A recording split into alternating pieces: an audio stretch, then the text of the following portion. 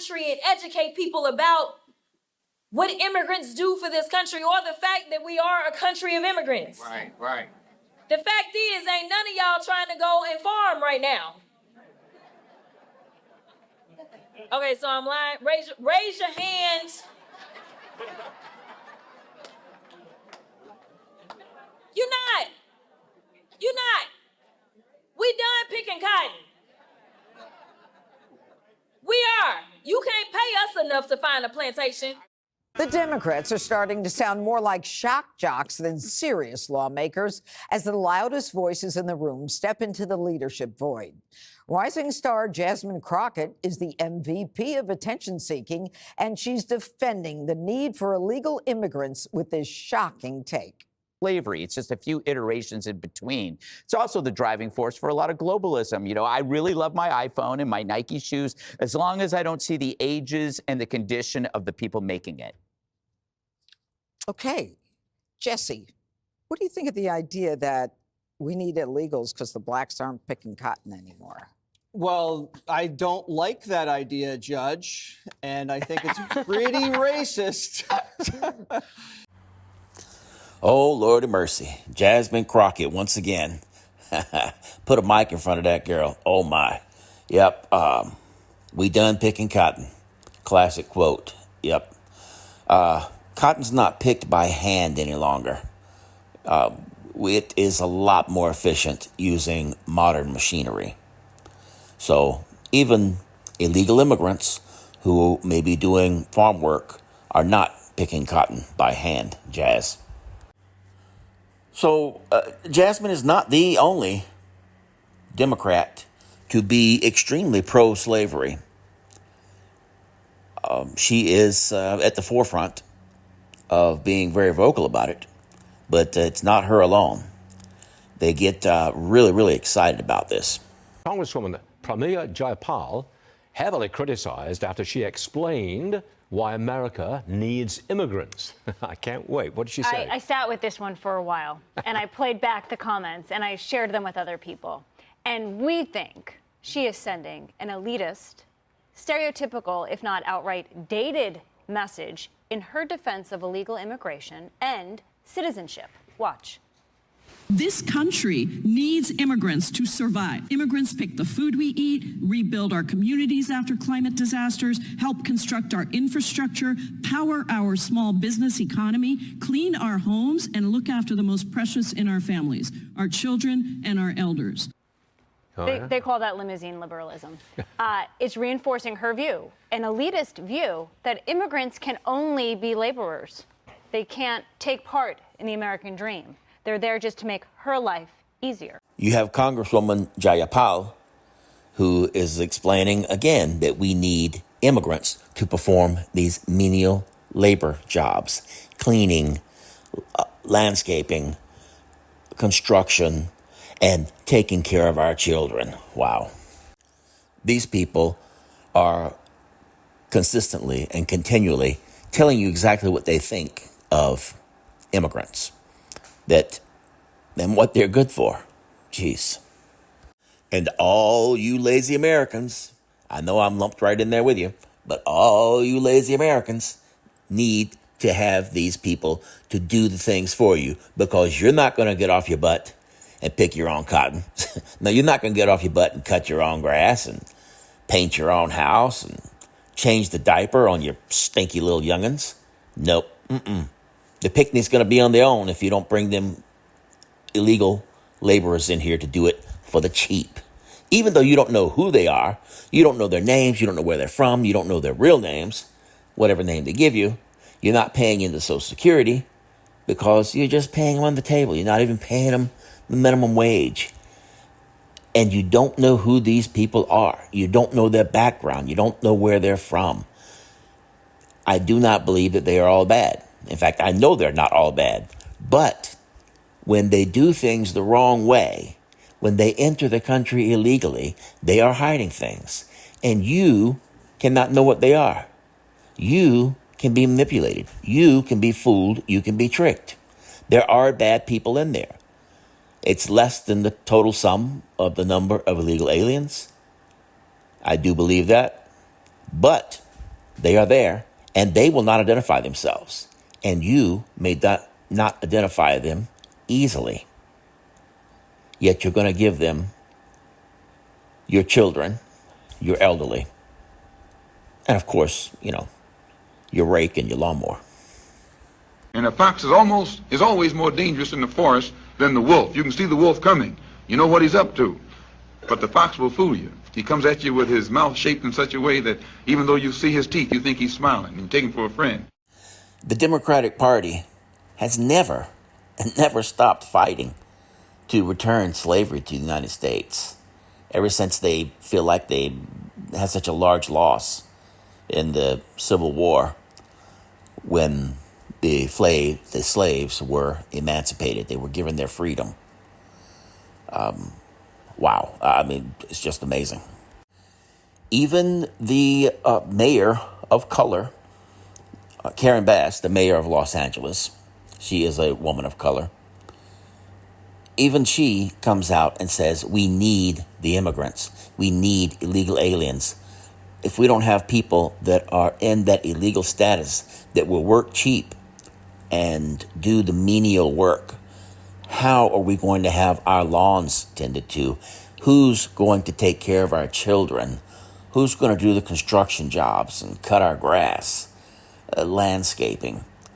This whole idea is ridiculous. I want to ask you, what is the worst possible argument for illegal immigration? If you could think of the stupidest thing you could come up with to be in favor of having more illegal immigrants in the United States, what would it be? If you were guessing slave labor is good, you're correct. And yet here we are in the middle of the ICE immigration success from the Trump administration, the failure of the Los Angeles riots. So sad. You still have people like Mayor Karen Bass of Los Angeles getting out in front of the country and saying, no, please don't take them. Who's going to pick the cotton? I don't think the president understands that there are entire sectors of our economy that could not function without immigrant labor. Why? What labor? What labor specifically? We have 4,000 independent businesses in the fashion district. The fashion district. I'm sorry, I am confused about this one. Are illegal immigrants designing fashion in the fashion industry? And the fashion district, as described by the owners and operators, is a ghost town. I love the Freudian slip. Entire sectors of our economy. Think about the crop pickers and the hospital cleaners and who's mowing our lawns. These two ladies that I've named so far are not alone. They're not alone by far, but they have the least amount of ability to filter what it is that's between their brains and their mouths. The fact that they would put out such propaganda and so forcefully, so fiercely defend what is really a form of modern slavery. Mayor Bass actually is so far out there that she says that our fashion industry, or the California fashion industry, is dependent on illegal alien labor. I just don't see it. I don't know what illegal aliens are creating new trends. And if they are doing sweatshop work and actually sewing and making articles of clothing, I would have to think that's probably a small scale. If it's a legal operation, people are being mistreated. I'm not saying that's okay. It's definitely a bad thing. It's a negative. But I still think we're probably importing a lot more things that are made by slave labor from overseas. So it seems from the business perspective that our hands are a bit more clean if we don't see it, which is pretty much the same thing that Greg Gutfeld said in that little clip, is that we don't like the idea of slavery. We don't want child labor. We don't want migrants to be in awful, inhumane conditions, doing work for 16 and 20 hours a day for minimal wages or subpar wages in dangerous conditions, or no wages at all, oftentimes, because they are slaves. They are owned by the people who brought them over here. They're trafficked. Every person that's trafficked is not trafficked for sex. That's a big thing, sex trafficking. But trafficking, you can do also human labor. If you've got them cutting your grass or building your house, and you're not paying them under threat of, I'm going to have you deported, you're illegal, you can't go to the cops, or I know you won't. That is still wrong. That is still a form of slavery, because you wouldn't treat hired workers, hired citizens the same way. So you actually are treating them differently simply because of their immigration status. Another thing is that you never hear these people, meaning these politicians, you never hear them saying that we need them for their minds, we need them for their intellect, we need them for scientific jobs, we need their engineering skills and ability. It's always the lowest form of menial labor. Washing dishes. Who's going to clean your hotel room? Who's going to clean your house? Who's going to take that stinky diaper off your babies? Who's going to cut your grass? We don't want to do it. And the cotton picking thing that they like to use. They just get so excited. Part of, you even see from this clip with Alexandria Ocasio-Cortez, she is overwhelmed with excitement because these brown-skinned Latino workers coming into the country are eager to work. They're willing to work. They want to work. We haven't seen anything like that.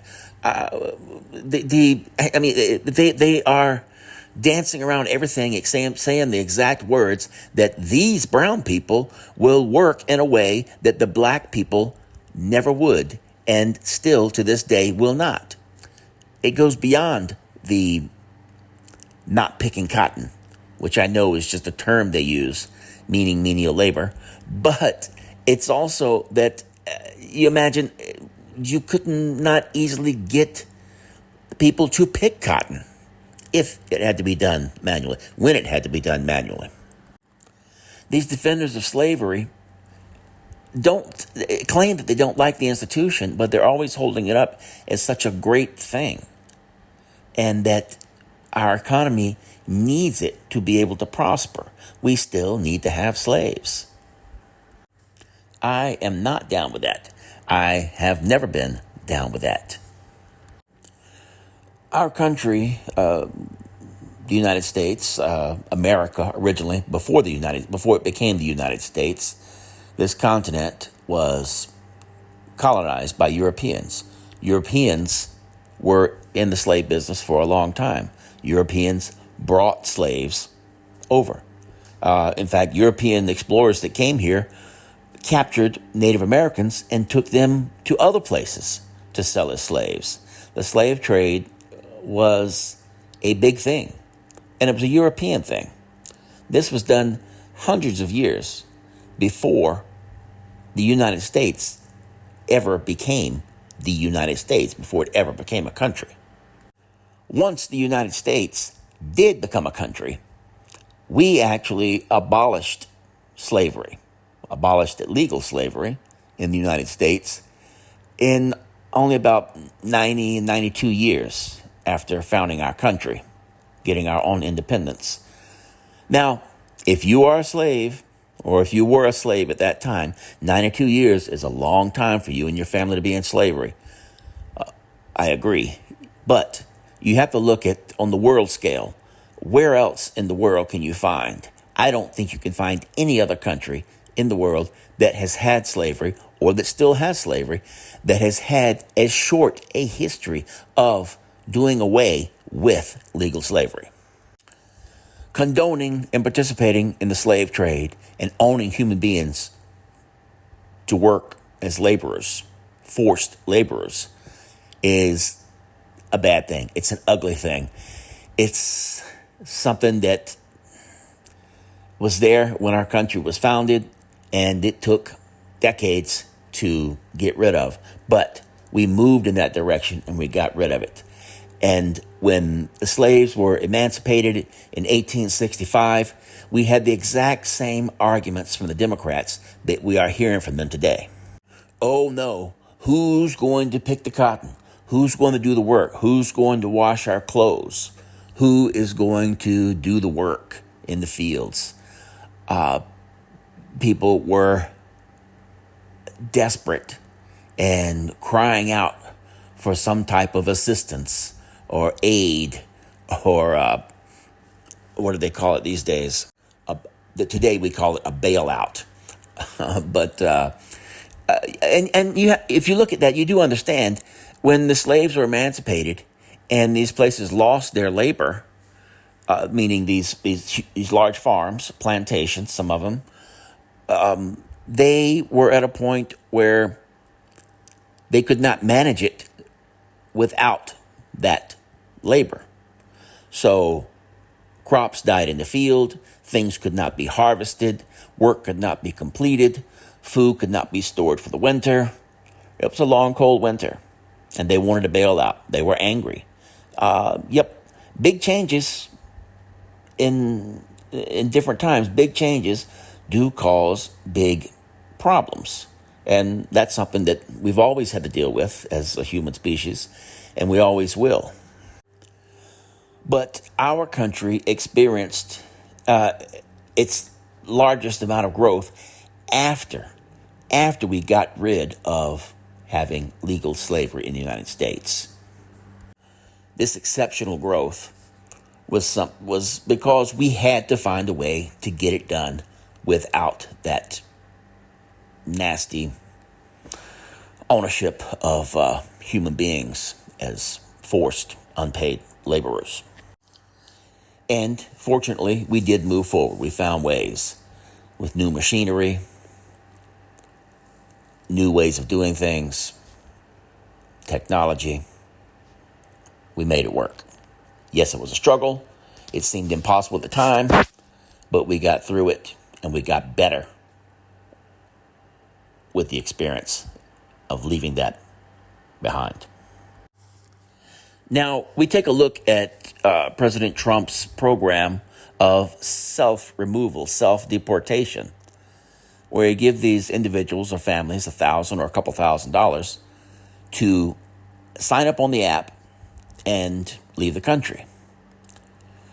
I think this is really ingenious because this does offer something that immigration advocates have asked for, a legal route to citizenship.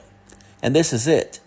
These people who have come in undocumented can now prove their identity, submit their identifying statistics, their names, birth dates, all this stuff, and leave the country under their own power with a paid airplane ticket, with cash in their pocket.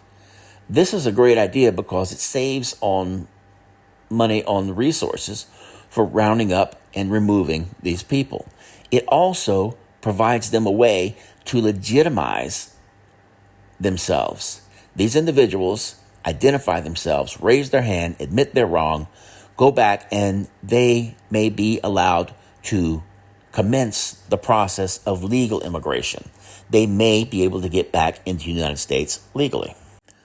And one of the biggest problems with illegal immigration is that we don't know who these people are. They don't come in with documents. They don't come in through a checkpoint. And we don't know. They get here, they use false names, fake names, stolen Social Security numbers, and they begin working under the table to live their lives and support their families that are oftentimes still overseas in their home countries. When I used to live in Arizona, I would go out and spend hours and hours walking through the desert right there at the border, just north of it. And I would pick up foreign documents, identification cards, voting registrations, passports, and foreign currency, foreign driver's license, whatever you can imagine out there, especially after a good rain, when those heavy rains, waters would push things into the gullies and get them all trapped up in the brush. I'd go out there, and after a few years, I had a box full of foreign money, foreign documents. It was just amazing to me to see these things from, of course, Central and South America, Africa, Asia, Russia, the Middle East. And I held on to this box. It was interesting to look at, but I eventually got rid of it just because I was concerned about having in my possession a large amount of foreign identification documents. But these people, when they pass through illegally through the desert, they are told, if they haven't done it yet, then if it hadn't done it before entering the United States, once they get there, they get rid of all the documents. So if they are caught, they are difficult to identify. They will give a fake name, and most of the time they'll give fake nationalities as well. It's not uncommon to have Haitians, Cubans, even Chinese and Europeans claiming to be Mexican. The reason for that is because Mexicans can be returned right there at the border. Because we share a border with Mexico, Mexicans who've crossed illegally will be processed and returned, sometimes within minutes, sometimes within hours. But people who are going to a country that's not Mexico will have to be processed in a different way and returned to their home country. So everybody tries to claim to be Mexican, even if they don't speak Spanish or they don't have a clue about the state's geography of Mexico or anything, which is easy enough to ask them questions. But yeah, that's the reason for that. They are told this by their friends, their family, the smugglers who are helping them across. Just say you're Mexican. If you have to say anything, learn how to say, I'm Mexican. So the whole point of that is that we do not know who these people are. And these politicians and people who say that claim that we are vetting these people are lying to you. Some of them may really be ignorant and not understand, but I think most of them do have some knowledge, or they should have, to be in that position of public trust. But they know that they're telling you lies, because you cannot vet people who you don't know who they are. If you don't have their real names and birth dates, you cannot vet them. How do you vet them? Another thing is that we do not have access to any existing databases in these foreign countries, except for some countries who we may have some strong, good, reciprocal associations with. But a lot of these countries, many countries around the world, will not help us. They will not help us to identify their people. And if we don't have anything to go by, we can't run them through the system. There's no system to run them through. If they've never been identified, fingerprinted, and photographed in the United States, we don't have a record of it. If they have been fingerprinted and identified in Rwanda, that doesn't do any good for us because we don't have a connection to that system. And other countries around the world that may have some databases on some people, fingerprints, ID cards, birth dates, and names, there's so much repetition of names. And then there's so many different systems that we can't run through everything. No matter what you see on TV, these TV shows, you got a 30-minute show, and they're just, these tech guys are out there running names and getting hits and identifying people all around the world within a matter of seconds or minutes.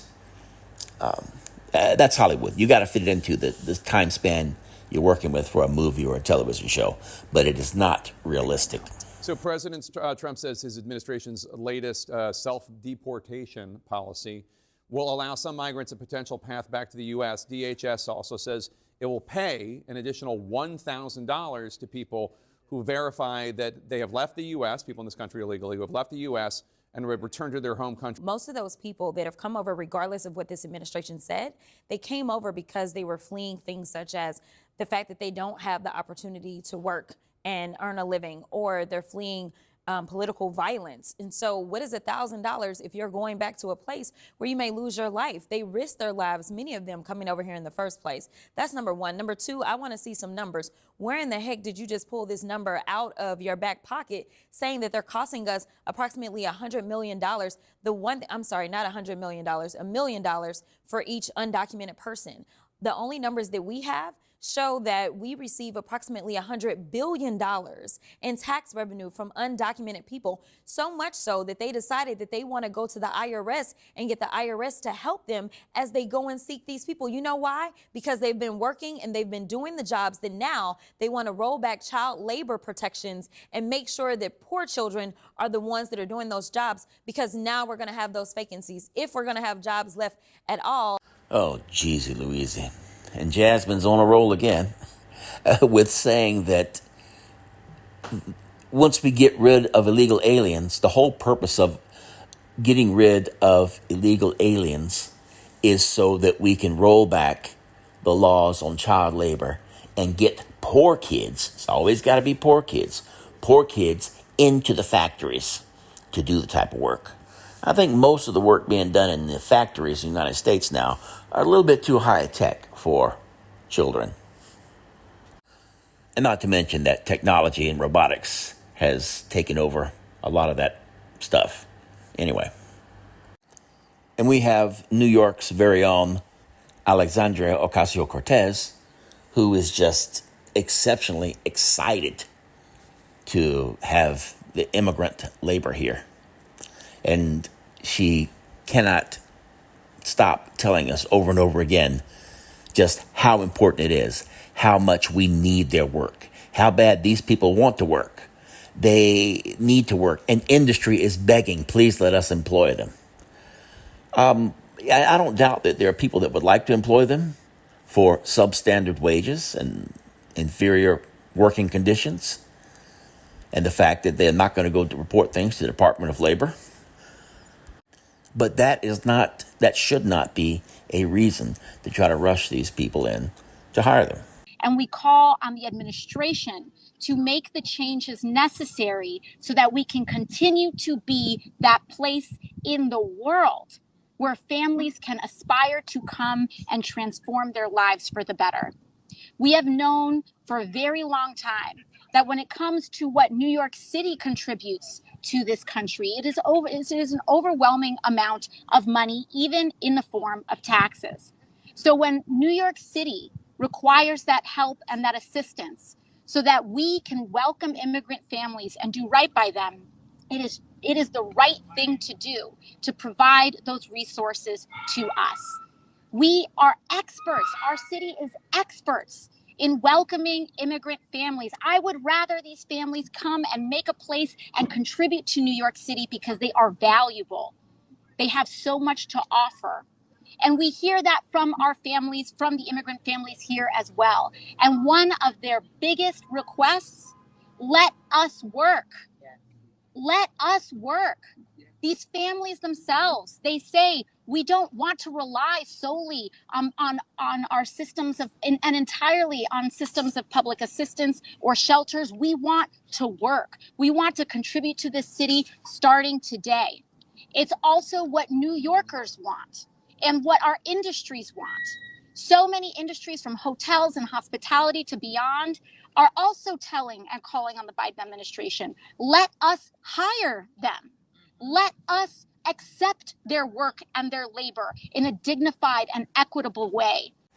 Ocasio-Cortez has gone so far as to create podcasts and websites to try to assist illegal aliens to evade or to talk their way out of encounters with immigration officials. This is just ridiculous. She's a congresswoman, believe it or not. Ocasio-Cortez's office hosted a live webinar on her Facebook page outlining resistance tactics illegal immigrants could add to their arsenal if targeted by U.S. Immigration and Customs Enforcement for removal from the country. Tonight, we'll be covering important information about your rights when interacting with ICE, as well as information on how our office can assist New York 14 constituents. So maybe AOC is going to be in trouble now, but I need the AOG to opine on that, because Impediment is impediment, in my opinion. I'm not a prosecutor, but we need some further guidance on that. But Border Czar Tom Homan suggested an investigation into Representative Alexandria Ocasio-Cortez could be forthcoming after her efforts to oppose deportation of undocumented immigrants. So we've taken a second to talk about what the tactics are that we often see ICE using. And so now we're going to turn to what our rights are and how we can use them if we find ourselves in these kinds of situations. But the Congresswoman, AOC, is experiencing some troubles of her own, where she appears to be under investigation now, or will potentially be investigated. But her Alexandria Ocasio-Cortez's excitement at putting these people to work is just a slap in the face to our African-American citizens, who she is clearly signaling are unwilling or unable to work.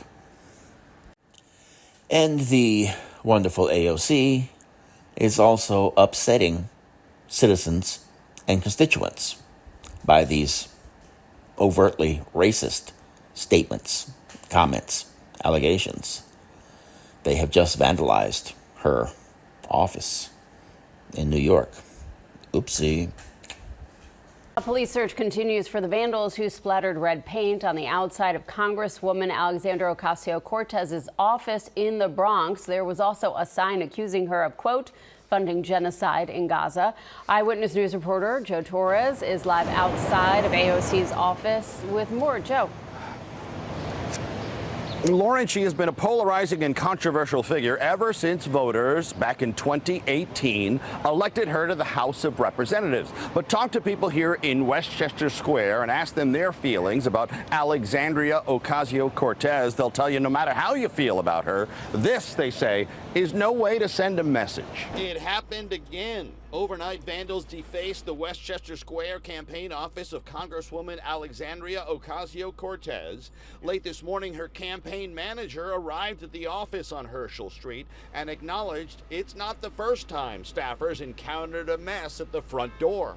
We always have a lot of security concerns. We receive a lot of threats, and so vandalism is not good to deal with, but I'm happy that our team is safe.